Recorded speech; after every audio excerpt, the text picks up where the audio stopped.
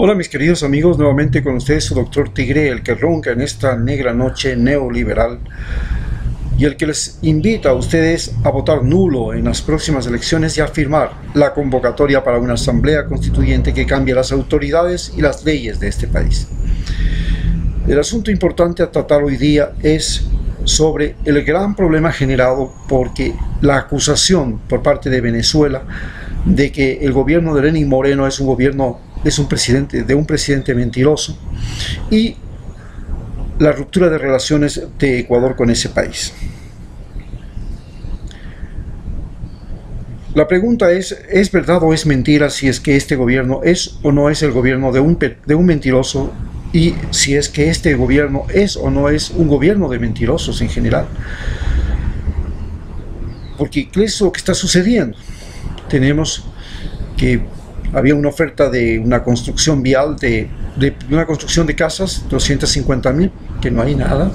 Habían 40 universidades tecnológicas, no hay, sino por unas pocas, y esas ya las las empezó Correa. Había una oferta de continuar, oiganse bien, continuar con el proceso de la revolución ciudadana que había iniciado Rafael Correa, que significaba distribuir el poder, la riqueza y los conocimientos entre toda la población y no concentrarla en los más ricos. Pero resulta que se han ampliado los créditos. Se habla de que hay un 70% más de oferta crediticia en la Corporación Financiera Nacional, en el Banco del BIES, también en el Banco del Pacífico. Pero qué curioso, especialmente la que es la Corporación Financiera Nacional, se ha ampliado en gran cantidad, se ha tomado los recursos de los ecuatorianos, el pago de impuestos, nuestros impuestos, y se les ha dado a la Corporación Financiera Nacional para que se los preste a los más ricos, a los que tienen más de $100.000 de ingresos por año, algo que no tiene ni el presidente, que no debería tener el presidente. Pero como el presidente cobra 3 sueldos, entonces sí tiene más de $100.000 anuales de ingresos. Entonces estamos frente a una situación. ¿Es verdad o es mentira lo que dice el gobierno venezolano respecto al gobierno ecuatoriano?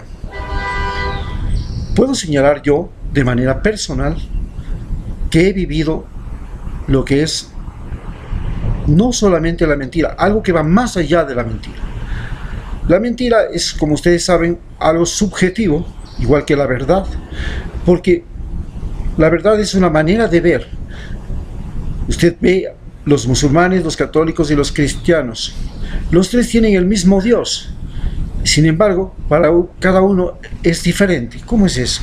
Y se odian entre ellos y se matan entre ellos y se han perseguido y se han dado guerras y llevan siglos de matándose, solamente porque el uno dice que su verdad es una y el otro dice que su verdad es otra. Esto nos hace ver que es diferente la verdad de la realidad. La realidad es algo donde los hechos concuerdan con lo que se señala y es posible comprobar, se somete a las pruebas. Entonces el conocimiento en sí es una verdad de corta duración que navega en el mar de la duda hasta que se comprueba lo contrario. Y en cambio la fe, la religión, la creencia y la verdad se caracterizan porque pretenden ser eternas. Si es que no existe la verdad porque pretende ser eterna, y eso es algo imposible, y tampoco, por supuesto, no debería existir la mentira. Pero diríamos que mentira entonces sería aquello que no coincide con la realidad y que no puede ser demostrado. Pero eso podría ser en todo caso irrealidad, no mentira. Bien,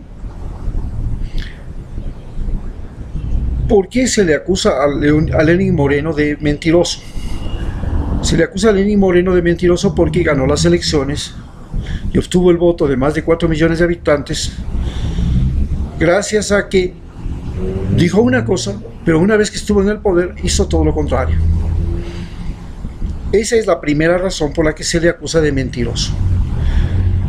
Yo personalmente defendí a Lenín Moreno, pero a diferencia de ustedes que pueden defenderlo o acusarlo, Yo lo defendí con mi vida. El 24 de noviembre del año 2016 fui atacado por miembros del CREO y del Partido Social Cristiano, el uno de apellido Ulloa, el otro de apellido Loaiza, dos ricos de la playa de Same, donde está el complejo Casablanca. Son 4.800 departamentos de lujo frente al Océano Pacífico, con más de 40 piscinas en la zona, no solamente en Casablanca, hablamos de Tonsupa hasta Casablanca. Y en ese lugar donde se reúnen los ricos de Quito y los vinculados con los ricos de Quito, fui atacado primero con un botellazo, luego me destrozaron la boca, me fracturaron el maxilar, me patearon en el suelo, me abrieron una hernia, me provocaron una hernia abdominal que tuve que ser intervenido quirúrgicamente. ¿Por qué? Porque simplemente les dije a todos que lastimosamente no podía creer eso que me decían de que Lenín Moreno era un vividor oportunista que estaba viviendo en Suiza con $16.000 mensuales, que se daba la gran vida y que siempre había vivido como un protegido del gobierno, que era un vago, un vagoneta que no trabajaba más de 4 horas diarias y que tenía todo a su alcance, que el gobierno lo sobreprotegía y le daba posibilidades, le ponía las Fuerzas Armadas a sus órdenes, le daba a los médicos, le daba medicinas, le ayudaba con insumos, con prótesis, con camas, con sillas de ruedas, con cirugías, para que él resaltara y fuera la figura insigne del gobierno de Revolución Ciudadana, en la que los más débiles eran los más protegidos. Bien, cuando les dije que tenían simplemente que ir a presentar ante la Contraloría si tenían pruebas de que él era un tipo incorrecto, me esperaron afuera y me dieron una golpiza. Y se ha metido un juicio penal. Ese juicio penal, como ustedes saben, la justicia ahora es completamente corrupta. Lo hemos vivido con Glass, lo estamos viviendo con Correa, lo he vivido personalmente. He perdido la primera instancia, y he perdido la primera instancia porque el juez misteriosamente, según mi abogado, fue sobornado, y entonces de esa manera estos individuos que tenían una camaronera vinculada con el cartel de Chone, porque son de Chone los Ulloa, de los choneros, gente que odiaba a Rafael Correa porque les persiguió, y Ulloa, vinculada con el cartel de Reyes Magos, su familia, que salió cuando Rodrigo Borja persiguió a los carteles de los Reyes Magos en Loja y le metió a Hugo Reyes a la cárcel. Bien, esto nos hace entender que detrás inclusive de este poder de Lenín Moreno y Rafael Correa ahora está el poder de la mafia. Pero bien, no quiero especular. La segunda fórmula y la segunda razón por la que yo fui y puedo decir que este gobierno es un gobierno de mentiras es que yo, cumpliendo con el pedido del presidente Lenín Moreno desde ya su campaña de que cualquier persona que tenga algo que denunciar sobre corrupción lo haga, lo hice. Denuncié la corrupción en el Seguro Social Campesino y denuncié que la corrupción del Seguro Social Campesino tenía ciertas características. Por ejemplo, las auxiliares utilizaban el cargo público para extorsionar, pedir a la gente regalitos, cuotas, a cambio de turnos, de medicamentos y hasta de silencio cuando ellas faltaban. Los médicos, además de que eran incumplidos, fabricaban nombres de enfermedades, pacientes y gasto médico, quiere decir gastos en medicinas, en insumos, etcétera, etcétera, que no existían, porque se les obligaba a tener 32 pacientes, y 32 pacientes solo llegamos a tener cuando tuvimos la peste de la chikungunya, el resto del tiempo era imposible. Entonces se llenaban los 32 pacientes con nombres falsos y con diagnósticos falsos. Eso impedía hacer investigaciones científicas, eso impedía llevar unas estadísticas del INE correctamente. No sabíamos si realmente las cifras de enfermos eran realmente las que estaban, las que se estaban reportando, porque no existía. Entonces, ¿qué pasaba? Que los médicos, además de que eran incumplidos, fabricaban nombres de enfermedades, pacientes y gastos médicos, existen o eran las fabricadas por los médicos. Los odontólogos no solamente que hacían eso, sino que además tenían doble ingreso porque fabricaban las prótesis dentales de sus pacientes y les cobraban un extra, entonces ganaban dos salarios, el de dentista y el de odontólogo privado haciendo prótesis dentales. Pero eso no se quedaba solo ahí. Denuncié que en cada una de las unidades del Seguro Social Campesino habían líderes, no todos, que tomaban el dinero de los aportes de los campesinos que eran para el seguro social y otros para la directiva, se los autoprestaban y cuando no podían pagar, entonces llamaban a una asamblea y multaban con $10 a los que faltaban, o organizaban un baile o un paseo y con esa forma recogían el dinero y devolvían el dinero que ellos se habían autoprestado. Pero lo más complicado es que utilizaban y obligaban a la población a hacer pagos para hacer movilizaciones contra los gobiernos. En este caso fue contra el gobierno de Rafael Correa. Las movilizaciones que hacía el Seguro Social Campesino dirigidas por el MPD contra el gobierno eran financiadas obligatoriamente por los afiliados y si no pagaban el bus, la comida, la comelona, el sándwich de la movilización, yo tenía la obligación de no atenderles. Me venían a reclamar porque había atendido a un paciente que no había pagado la cuota para ir a protestar contra el gobierno. Eso denuncié. Por denunciar eso, fui despedido. Pero resulta que yo era el médico del Seguro Social Campesino en la zona del terremoto. Y fui despedido el día 24 de marzo del 2017. Y había una ley de solidaridad que se hizo el día 20 de abril del 2016, después del terremoto, que protegía a todos los médicos, a todos los profesores, a todos los empleados públicos que tenían contratos o nombramientos provisionales en la zona del terremoto, en la zona del desastre, en Manabí y Muisne.